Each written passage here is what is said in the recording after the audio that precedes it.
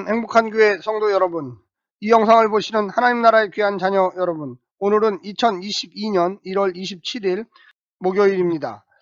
우리가 요한복음을 이제 매일 성경으로 늘 공부하고 있습니다. 오늘은 특별히 7장 52절에 이어서 초막절 명절 마지막 날에 있었던 유대인들과의 논쟁이 이어지고 있습니다. 예수님은 빛과 관련된 자신의 정체성과 사역을 설명하지만 유대인들은 계속 이해 못하고 예수님을 공격합니다. 오늘 본문은 크게 둘로 나눌 수 있는데요. 7장 53절부터 8장 11절까지는 가늠하다 잡힌 여인과 예수님에 대해서 이야기합니다. 사건의 배경, 종교 지도자들이 여인을 끌고 예수께로 오고요. 예수님의 응답과 사건을 해결합니다. 12절부터 20절까지는 예수님은 세상의 빛이요, 증거의 신실성 논쟁을 이야기합니다. 예수님의 증거와 사람들의 반박, 예수님의 반론과 사람들의 반응을 적고 있습니다. 먼저 오늘 본문 요한복음 7장 53절부터 8장 20절까지를 듣고 다시 보겠습니다.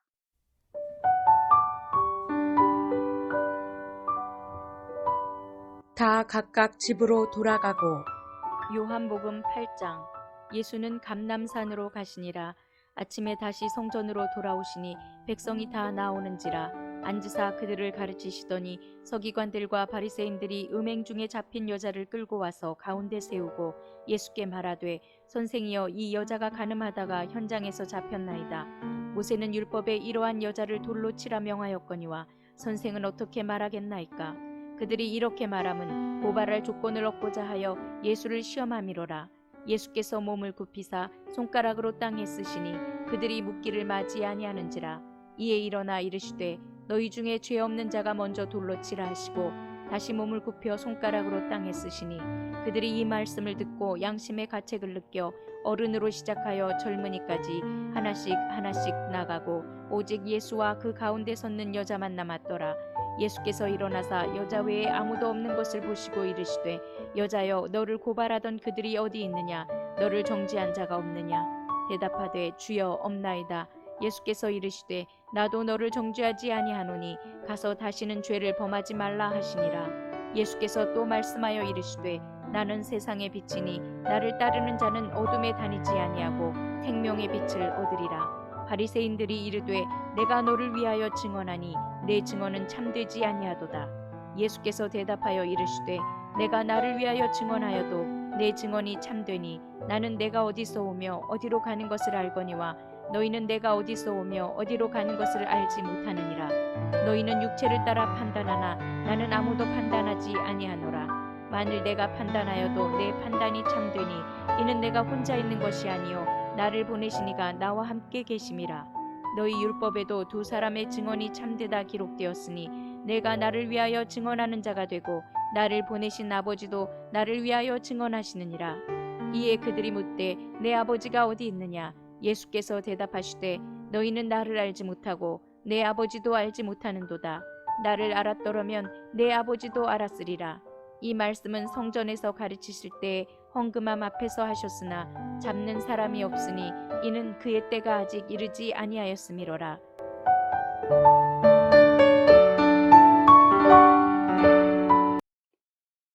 초막절 명절부터 그의 겨울 수전절까지 10장 22절에 나옵니다.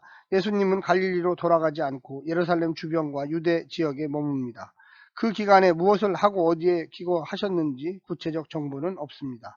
단지 요한복음은 주로 예루살렘에서 사람들을 가르치고 병자를 고친 내용을 언급할 뿐입니다. 이 기간 예수님의 선포의 주제는 세상의 빛과 양의 목자와 문이라는 정체성에 대한 것들이었습니다. 예수님 스스로 자신이 누구인가를 설명했던 것입니다. 이제 본문을 좀 더 구체적으로 살펴보겠습니다. 7장에 이어서 8장까지 초막절 설교입니다. 7장 53절부터 8장 11절까지 삽입된 장면이라고 학자들은 부릅니다. 음행하다 잡혀온 여인, 중간에 이야기가 끼어 있습니다. 율법학자들과 바리새파 사람들은 간음한 여인을 동정하지도 않지만 이 사건을 통해 예수님을 부정한 자로 엮으려는 마음이 있음을 요한복음 저자는 폭로하고 있습니다. 본문에서 나오는 간음이라는 단어는 주로 기혼자의 부정을 이야기하는 것입니다. 그래서 분명 상대 남자가 있을 것인데 여자만 가혹한 대가를 치러야 하는 상황을 보여줍니다. 남녀의 형평성의 문제가 제기됩니다. 그래서 더욱 예수님을 위험에 빠뜨리려는 연출 음모임을 은연중에 보여주고 있습니다. 어쩌면 본문의 예수님은 함정에 빠졌습니다. 예수님의 권위를 지키려면 가늠한 여인을 내팽겨쳐 두고 관여하지 않아야 합니다. 그러나 대중보다 한 여인의 상처 치료와 권위에 주안점을 두는 예수님의 모습이 요한복음에 그려집니다.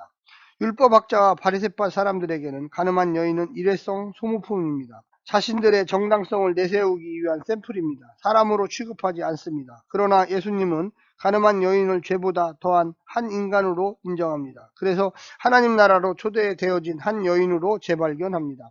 노마의 법은 죄에 대한 형벌을 내리기 전 먼저 죄에 대한 항목을 불러주고 기록하는 것이 보편적입니다. 그런데 4절, 현장에서 잡힌 여인을 변호하시는 예수님의 방법은 율법학자들과 바리새파 사람들의 죄를 땅에 쓰고 있는 것입니다. 먼저 기록한 것이죠.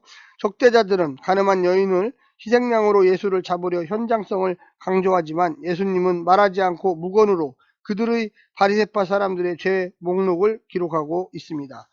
시대의 정당한 순서를 예수가 먼저 밟아가는 것입니다. 여인을 처벌하기 전에 너희 죄를 먼저 처벌하겠다는 것입니다. 예수님의 놀라운 발견은 가늠한 여인의 죄를 정죄하는 율법학자들과 바리새파 사람들의 죄를 대중에게 제시하고 밝혀냅니다. 그래서 7절에 너희 가운데 죄가 없는 사람이 먼저 이 여인에게 돌을 던져라 말씀하셨습니다. 이것은 예수님이 율법학자들과 바리새파 사람들의 죄를 알고 계시다는 것을 보여줍니다. 여인보다 상대적으로 율법을 잘 지키고 있다고 생각하는 율법학자들과 바리새파 사람들이 먼저 떠나갑니다. 놀라운 일이죠. 남에게 먼저 돈을 던질 수 있다고 믿었던 사람들이 심판자 대신 예수님 앞에서 자신들의 죄를 돌아보게 되는 계기가 되었습니다.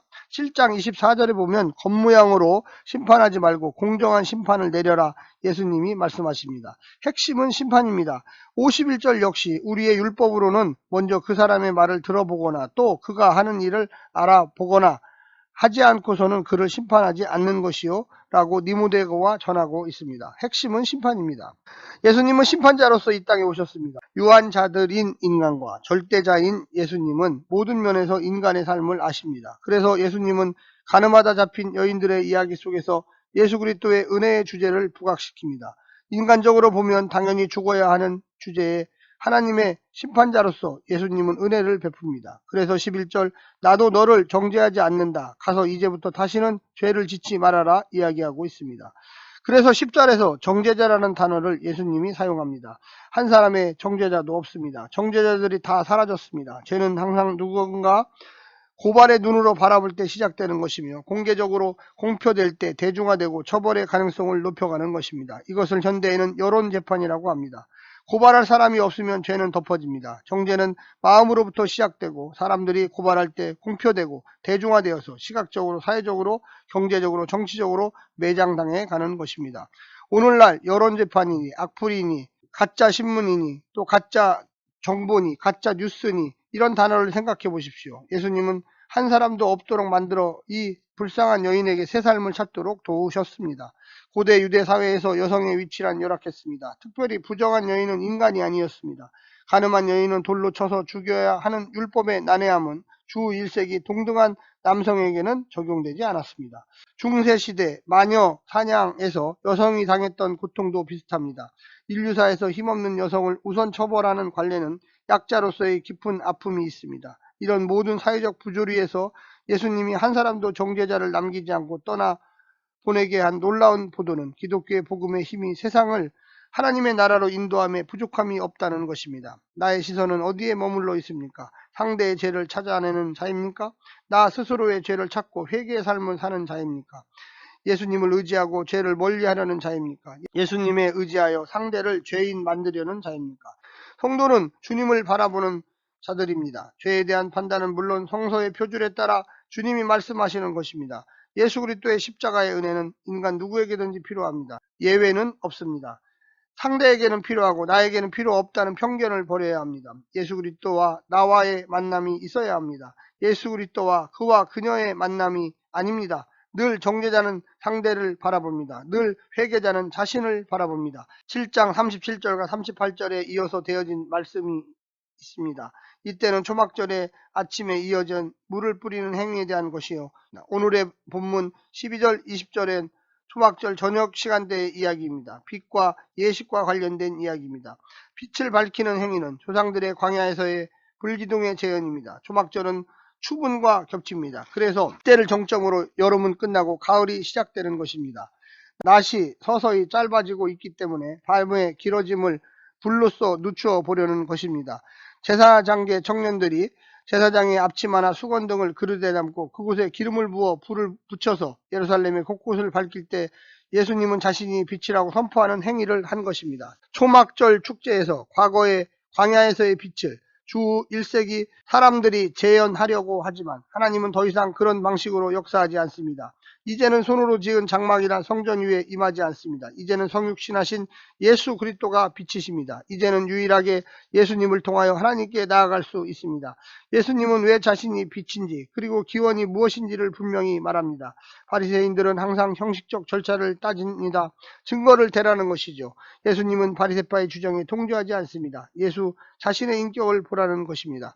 바리새인들은 예수님의 육체의 기원을 알고 싶어 합니다. 예수님은 바리새인들에게 영적인 기원, 즉 하나님의 기원을 바라보라고 합니다. 바리새인들은 외형적 기원에 목을 매고 있습니다. 예수님은 외형적 기적과 표적을 제시합니다. 내가 하는 일을 보라. 이 모든 것이 하나님 아버지가 허락하신 것이라고 대답합니다. 아버지를 알면 나를 알고 나도 모르니 너희들은 하나님을 모른다는 것입니다. 예수님의 주장은 먼저 나의 삶을 보라는 것입니다. 오늘날 교회 안에서 어떤 사람을 평가할 때 그 사람의 배경이나 위치나 지식을 보려 합니다. 그 모든 것은 세상이 정하여 준 것입니다. 예수님은 삶을 보라고 합니다. 입을 떠드는 삶이 아니라 일상 속에서 행동하는 것을 보라고 이야기합니다. 한국교회에 말을 많이 하는 사람들이 많습니다. 그러나 그 말대로 사는 목사나 성도는 드뭅니다. 행동은 본심을 표현합니다.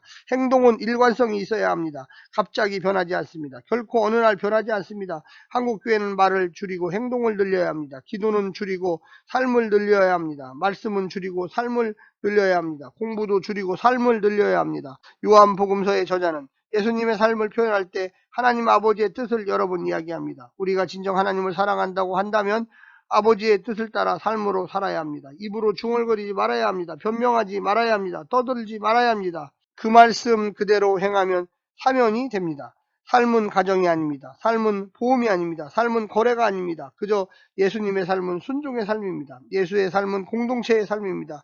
예수님의 삶은 그저 나누고 사랑하고 용서하라는 것입니다. 바리새파 사람들은 편을 나누고 자기들의 기득권을 지키려고 형식에 취하여 외형만 봅니다. 예수님은 하나를 만들려 하며 화해를 주장하고 치유하고 기득권을 내려놓고 먼저 나아갑니다. 그리고 오늘 나는 하나님의 뜻으로 여기에 왔습니다. 나는 오늘 하나님의 뜻 가운데 행해야 할 것입니다.